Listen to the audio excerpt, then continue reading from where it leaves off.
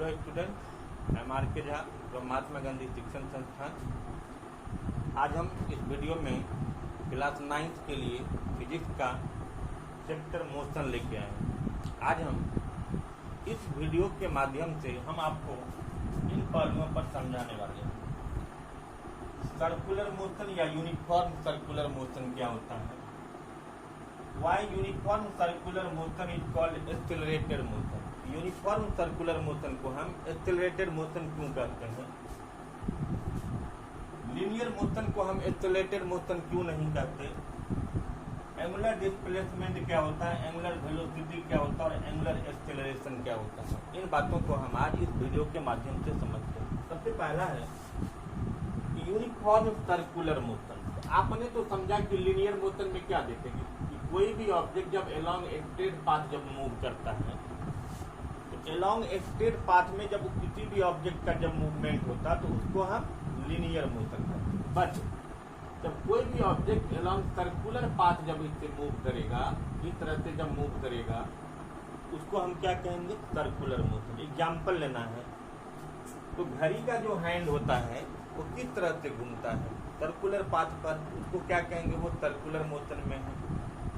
घर का जो फैन होता है उसका जो मोशन होता है उसको हम क्या कहेंगे, उसको हम सर्कुलर मोशन कहेंगे। अब है कि सर्कुलर मोशन क्या होगा, इसका डेफिनेशन हम देंगे कि when a body moves along the circular path then its motion is said to be circular motion. Okay, अब दूसरा क्वेश्चन है कि why uniform circular motion is called accelerated motion. अब ये क्वेश्चन है कि अब हम यूनिफॉर्म सर्कुलर मोशन को हम एक्सेलरेटेड मोशन क्यों कहेंगे। आप देखिए डायग्राम पर ध्यान दीजिए, एक सर्कुलर पाथ है, इसको हम नॉर्थ डायरेक्शन समझते हैं, ये साउथ हुआ, ये ईस्ट हुआ और ये वेस्ट हुआ। सपोज करते हैं कि कोई ऑब्जेक्ट इस तरह से मूव कर रहा है, तो मान लेते हैं कि अगर इनिशियल पॉइंट हम ए मान लेते हैं, तो इस पॉइंट पर आप क्या कहोगे कि ये इस डायरेक्शन में जा रहा है, ऐसे आया, इस पॉइंट पर पहुंचा तो आप क्या कहोगे, अब ये साउथ, फिर इस पॉइंट पर आया तो वेस्ट, इस ऐसे घूमते हुए जाएगा तो नॉर्थ। तो अब सवाल है कि कोई भी बॉडी अगर सर्कुलर मोशन में है तो उस ऑब्जेक्ट का उस सर्कुलर पाथ के हर एक पॉइंट पर टेंजेंट बनता है। टेंजेंट का मतलब होता है कि अगर उस सर्किल के सेंटर को आप उसके सरकमफ्रेंस से अगर ज्वाइन कर दो, सरकमफ्रेंस के किसी भी पॉइंट से, तो ये रेडियस बनता है। और यहां से अगर एक स्ट्रेट लाइन पास करेगा तो ये 90 डिग्री बनाता है, परपेंडिकुलर बनाता है, इसी को हम टेंजेंट करते हैं। तो ये भी क्या, एक 90 डिग्री बनेगा, यहाँ भी 90 डिग्री बन गया, ये भी 90 डिग्री बन गया, ये भी 90 डिग्री बनेगा। तो अब क्वेश्चन ये है कि ये जो सर्कुलर मोशन है इसको हम यूनिफॉर्म एक्सेलरेटेड मोशन क्यों कहते हैं, या सर्कुलर मोशन को ही एक्सेलरेटेड मोशन क्यों कहा जाता है और लीनियर मोशन को एक्सेलरेटेड मोशन क्यों नहीं कहते हैं। तो सबसे पहले एक्सेलरेटेड मोशन किस में होता है, सर्कुलर मोशन में, लीनियर मोशन में नहीं होता। तो सर्कुलर मोशन में एक्सेलरेटेड मोशन क्यों होता है, या हम सर्कुलर मोशन को एक्सेलरेटेड मोशन क्यों कहते हैं। तो आप देखो कि कोई भी ऑब्जेक्ट जब अलोंग सर्कुलर पाथ मूव करता है तो हर एक पॉइंट पर उसका वेलोसिटी क्या चेंज हो रहा है टेंजेंट बनने के चलते। तो एक ये है कि उसका फिक्स जो है कोई वेलोसिटी नहीं बनता है, कोई फिक्स डायरेक्शन नहीं रहता। तो जब इस तरह का होगा कि उसमें यूनिफॉर्म स्पीड से उसका मूवमेंट हो रहा है बट उसमें कोई फिक्स डायरेक्शन नहीं हो, तो इस तरह का जो भी उसमें एक्सेलरेशन बनता है उसी को हम यूनिफॉर्म एक्सेलरेटेड मोशन कहते हैं। और यही कारण है कि सर्कुलर मोशन को हम यूनिफॉर्म एक्सेलरेटेड मोशन करते हैं। लेकिन जब कोई भी ऑब्जेक्ट लीनियर मोशन में जाएगा तो लीनियर मोशन में जनरली उसके स्पीड या वेलोसिटी चेंज नहीं होते, उसके डायरेक्शन जनरली चेंज नहीं होते, इसीलिए हम उसको जो स्ट्रेट मोशन है, जो लीनियर मोशन है, उसको हम यूनिफॉर्म एक्सेलरेटेड मोशन नहीं करते। लेकिन सर्कुलर मोशन में क्या होता है कि हर एक पॉइंट पर डायरेक्शन चेंज हो जाता है, इसीलिए हम उसको यूनिफॉर्म एक्सेलरेटेड मोशन कहते हैं। अब सवाल उठता है, फिर आगे बढ़ते हैं हम कि why linear motion is not accelerated motion. ये तो आपको समझ में आ गया, ठीक है। तो अब हम इसको एंगुलर डिस्प्लेसमेंट क्या होता है, देखिए। तो एंगुलर डिस्प्लेसमेंट को हमने थीटा से डिनोट किया है। तो एंगुलर डिस्प्लेसमेंट थीटा है, थीटा का मतलब क्या होता है कि सपोज करते हैं कि एक पॉइंट ए है, कोई भी ऑब्जेक्ट ऐसे मूव करना शुरू किया, ये जो पूरा जो इसका लेंथ है सर्कुलर पाथ का, उसको हम सरकमफ्रेंस कहते हैं। और ये पॉइंट इसका इनिशियल पॉइंट है, ये फाइनल पॉइंट है। जब इनिशियल पॉइंट को और फाइनल पॉइंट को आप इस सेंटर से ज्वाइन कर देते हो तो ये रेडियस बन गया, ये भी रेडियस बन गया, और दोनों रेडियस के बीच में एक एंगल बनाएगी थीटा। तो एंगुलर डिस्प्लेसमेंट का मतलब होता है कि कोई भी बॉडी जब अलोंग सर्कुलर पाथ मूव करता है तो सेंटर के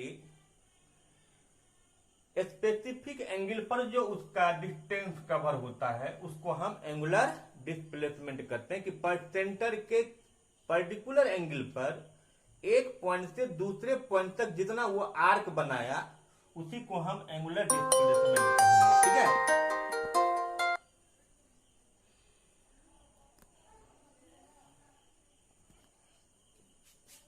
अब आते हैं हम कि जो एंगुलर डिस्प्लेसमेंट है उसका सिंबल क्या होगा, थीटा। और थीटा का फॉर्मूला दोगे, ये देखिए ये पूरा सरकमफ्रेंस हो गया, ये पूरा सरकमफ्रेंस है, और सरकमफ्रेंस का ये पूरा सरकमफ्रेंस हुआ। सरकमफ्रेंस का जो छोटा सा पार्ट आप लोगे इसको हम लेंथ ऑफ आर्क कहते हैं। ठीक है, और ये इसका रेडियस हुआ। तो एंगुलर डिस्प्लेसमेंट को हम ये समझ सकते हैं कि किसी भी सर्कुलर पाथ के लेंथ ऑफ आर्क और उसके रेडियस का जो रेशियो होता है उसी को हम एंगुलर डिस्प्लेसमेंट कह सकते हैं। So angular displacement can be defined as the ratio of length of arc to its radius. Okay, so this theta can be written as L by R, जहां L का मतलब क्या हो गया, लेंथ ऑफ आर्क, R का मतलब हो गया रेडियस ऑफ द सर्कल, जिस सर्कुलर पाथ पर वो मूव कर रहा है। दूसरा, ये जो L by R होता है, तो हम कोई भी फिजिकल क्वांटिटी लेते हैं तो उसका कुछ ना कुछ मैग्नीट्यूड होता है, उसका कुछ ना कुछ SI यूनिट होगा। उसका SI यूनिट क्या होगा, रेडियन होता है। क्या होता है, एंगुलर डिस्प्लेसमेंट का SI यूनिट रेडियन होता है, जिसको हम शॉर्ट में रैड भी लिखते हैं, RAD। क्लियर, तो ये याद रखना है। अब है एंगुलर वेलोसिटी। एंगुलर वेलोसिटी जो W की तरह हमने लिखा है, एक्चुअली W नहीं है, इसको हम एक ग्रीक लेटर बोलते हैं जिसको हम ओमेगा बोलते हैं, ओमेगा लेटर से डिनोट करेंगे। और एंगुलर वेलोसिटी को हम डिफाइन करेंगे कि the rate at which angular displacement is travel. मतलब ये जो एंगुलर डिस्प्लेसमेंट बना, तो इस एंगुलर डिस्प्लेसमेंट को यानी इस एंगल को मेंटेन करने के लिए कुछ ना कुछ तो टाइम लगा होगा या उसका कुछ ना कुछ रेट होगा। एंगुलर डिस्प्लेसमेंट का जो रेट होता उसी को हम एंगुलर वेलोसिटी कहेंगे। और एंगुलर वेलोसिटी का सिंबल क्या देंगे, Greek letter omega.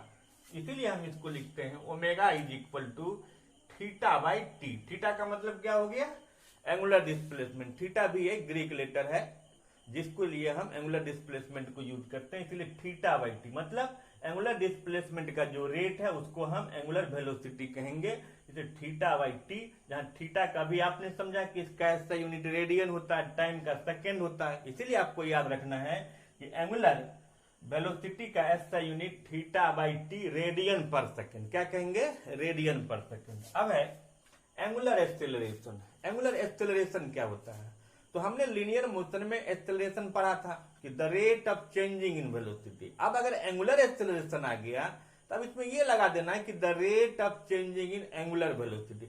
Angular velocity जिस रेट से चेंज होता है उसको हम एंगुलर एक्सेलरेशन कहेंगे। और एंगुलर एक्सेलरेशन के लिए हम ग्रीक लेटर अल्फा का यूज करते हैं, एक की तरह लिखा जाता है, हम लोग शॉर्ट में ऐसे लिखते हैं। तो ये अल्फा जो है, तो ये ट्रायंगल हम बनाए हैं, ट्रायंगल का मतलब हो गया changing, changing in angular velocity या चेंजिंग इन टाइम, डेल्टा भी इसको पढ़ते हैं। तो मतलब कि फाइनल, जैसे उसमें क्या लिखते हैं हम नॉन लीनियर में कि A is equal to V minus u by t. यहां आप लिखोगे कि W2 minus W1 by T2 minus T1। मतलब final angular velocity minus initial angular velocity bye final time taken minus initial time taken, जो बनेगा उसको हम alpha यानी एंगुलर एक्सेलरेशन कहेंगे। इसका ऐसा यूनिट रेडियन पर सेकेंड स्क्वायर होता है। सिंपल है, जैसे आप लीनियर मोशन में डिस्टेंस को क्या करते थे, इसके लिए ऐसा यूनिट क्या लेते थे, मीटर। तो यहाँ एंगुलर डिस्प्लेसमेंट या उसमें डिस्प्लेसमेंट के लिए मीटर लेते थे, तो यहाँ एंगुलर डिस्प्लेसमेंट के लिए आप रेडियन लोगे। वेलोसिटी के लिए मीटर पर सेकंड बोलते थे, यहाँ एंगुलर वेलोसिटी आएगा तो रेडियन पर सेकंड कहना है। एक्सेलरेशन का ऐसा यूनिट हम मीटर पर सेकंड स्क्वायर लेते थे, एंगुलर एक्सेलरेशन आएगा तो रेडियन पर सेकंड स्क्वायर लेंगे, और ये याद रखना है। ठीक है, ये टर्म समझ में आ गया कि एंगुलर डिस्प्लेसमेंट क्या होता, एंगुलर वेलोसिटी क्या होता, एंगुलर एक्सेलरेशन क्या होता, लीनियर मोशन को हम एक्सेलरेटेड मोशन क्यों नहीं कहते, सर्कुलर मोशन क्या होता, सर्कुलर मोशन को हम एक्सेलरेटेड मोशन क्यों कहते हैं। एक चीज और याद रखना है कि अगर कोई भी ऑब्जेक्ट सर्कुलर पाथ पर अगर मूव करेगा तो उसका एक्सेलरेशन जब कहेगा निकालने के लिए, तो एक्सेलरेशन के लिए वो फॉर्मूला यूज कीजिएगा कि a is equal to v square by r, जहां v का मतलब हो गया कि वो ऑब्जेक्ट जिस स्पीड से मूव कर रहा है वो v हो गया, और जिस पाथ पर वो मूव कर रहा है, जिस सर्कुलर पाथ पर वो मूव कर रहा है, उसका जो रेडियस होगा वो r होगा। इसलिए अलोंग सर्कुलर पाथ एक्सेलरेशन बराबर क्या होता है, v square by r. Clear. अब हम आपको बताते हैं कि ये एंगुलर डिस्प्लेसमेंट, एंगुलर वेलोसिटी और एंगुलर एक्सेलरेशन में क्या रिलेशन है, इसके बारे में हम आपको बताते हैं। चलिए अब हम फिर समझते हैं कि एंगुलर वेलोसिटी और लीनियर स्पीड में क्या रिलेशन है। अभी जो हम समझे हैं उसको कैसे हम रिलेशन एस्टेब्लिश करेंगे। तो फिर देखिए कि सपोज करते हैं कि कोई भी ऑब्जेक्ट सर्कुलर पाथ पर ए से बी तक जाता है, तो ए से बी तक जाता है तो ये इसका लेंथ ऑफ आर्क हो गया, और इसका जो लेंथ ऑफ आर्क हुआ यही ना इसका डिस्टेंस टेबल हुआ, इसका जो लेंथ होगा वही उसका डिस्टेंस टेबल हो गया। इसीलिए आप इसको एल भी कर सकते हो, और एल जो होगा वही उसका डिस्टेंस टेबल होगा। क्लियर। सबसे पहले हम लिखेंगे कि let us consider a body moving along the circular path of radius R where it covers the distance S or L in time second T, then angular velocity क्या होता है। अभी हम क्या बताए थे एंगुलर वेलोसिटी का, कि द रेट ऑफ चेंजिंग और the rate of angular displacement is called angular velocity. इसीलिए हम लिखेंगे कि एंगुलर वेलोसिटी, ये डब्ल्यू ओमेगा इसका सिंबल है, एंगुलर डिस्प्लेसमेंट बाय टाइम, जहां एंगुलर डिस्प्लेसमेंट का सिंबल थीटा होता है, टाइम का टी होता है, इसका डब्ल्यू हो गया। इसलिए इसको हम सिंबॉलिक फॉर्म में omega is equal to theta by t लिख सकते हैं। ठीक है। फिर हम ये भी जानते हैं कि एंगुलर डिस्प्लेसमेंट जो होता है वो एल बाय आर, यानी एल को ही हमने एस मान लिया, इसीलिए एस बाय आर लिखा। फिर हम इसी में चलते हैं कि angular velocity is equal to theta, तो थीटा कितना है, S by r into 1/t हो गया। तो ये पहला इक्वेशन हो गया। और जब कोई भी ऑब्जेक्ट जब अलोंग लीनियर पाथ पर जाता है, स्ट्रेट पाथ पर जाता है, उसका लीनियर स्पीड, इसलिए इसका लीनियर स्पीड क्या होता है, डिस्टेंस ट्रेवल बाय टाइम, और लीनियर स्पीड को हम v मानते हैं, डिस्टेंस ट्रेवल का s बाई टी हो गया। इसीलिए s क्या होगा, डिस्टेंस क्या होता है, स्पीड इंटू टाइम, यानी v इंटू टी। इसको हम सेकेंड इक्वेशन मान लिए। ठीक है। अब हम यहाँ आते हैं, नाउ यूजिंग इक्वेशन 1, अगर हम 1 इक्वेशन यूज करते हैं तो इक्वेशन फर्स्ट में क्या है, omega s by r into 1/t, और फिर इसी को लिखेंगे कि s बाय आर, आपने s का वैल्यू क्या निकाला है, v इंटू टी, तो हम s की जगह पर v इंटू टी पुट कर देते हैं, क्योंकि यहाँ पर लिख देंगे since s is equal to v into t, ये लिख देंगे। तो v into t by r into 1/t, तो ये t और ये t कैंसिल हो गया, तो क्या मिल गया, v बाय आर मिल गया।